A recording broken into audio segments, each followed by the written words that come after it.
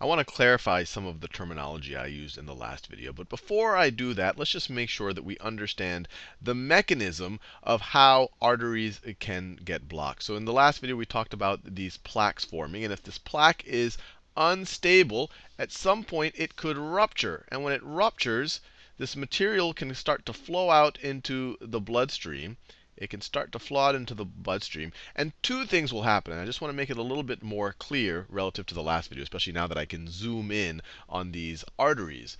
Two things can happen. Plaques, or I should say clotting, not plaques. These are the plaques that have been released. The clotting factors can kind of clot these released pieces from the plaque. And the other thing that can and often will happen, and I didn't talk about this in depth in the last video, is that you can also have, when this thing ruptures, you can also have blood clots form here. Let me do this in a more reddish color. So you can also have blood clots form on the ruptured plaque. So everything, even the plaque, the part of the plaque that has not begun to move, can experience clotting, and also the part of the plaque that's kind of been dumped into the bloodstream can also clot. In the last video, we saw that one of these clots can go downstream to some point where the arteries get narrow enough so that they actually block the artery. Right over here, and that just restricts the blood flow. So now all of a sudden, you don't have any blood flow going downstream, and all of this muscle tissue that needs the blood flow from this point, that needs to get oxygen from that, it might die, and you might have a myocardial infarction or a heart attack. Now, what I want to clarify is the actual terminology. I somewhat, and it was a little bit I guess I was a little bit hand wavy with the terminology. I want to get a little bit deeper here. This actual clot that forms that can restrict the blood vessel, this right here is a thrombus. This right here is a thrombus. Thrombosis is the process of a thrombus forming. So thrombosis are these blood clots that form that can actually help to kind of obstruct a blood vessel. So this thrombus right here is actually going to make it harder for the blood to flow through. It's going to make it harder for the blood to flow through this vessel.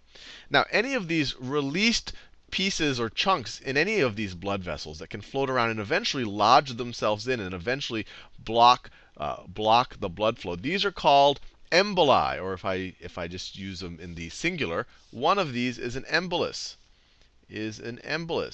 And I want to be clear. An embolus is the general term for anything that can float around in your blood and eventually lodge itself at some point in your circulatory system and restrict the blood flow. What we drew in the last video, and in particular this one as well, is that these emboli that are also clotted, so they're also kind of they're also thrombi and emboli at the same time. This right here would be called a thromboembulus. Thromboembulus.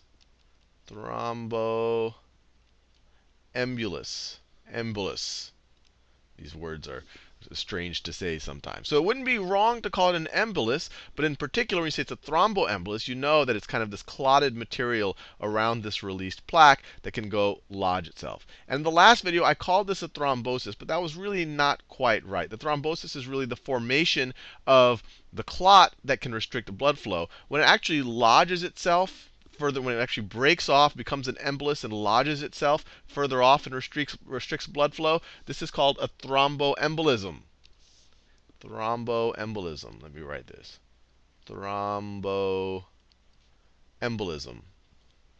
So hopefully I'm not confusing you too much. These medical terms confuse me a lot. But I want to make it very clear. Thrombosis is just the general formation of a blood clot inside of a blood vessel that can restrict the flow of blood. So this right here, this is thrombosis occurring. That is thrombosis. Thrombosis. Once things break off and they start floating around, they're an embolus. That's the general term for it. And in particular, if it's broken off material that is due to a clot, it's a thromboembolus. So thromboemboluses are a more specific way of calling it an embolus. And once one of these things lodge themselves and block the blood flow, that's a thromboembolism.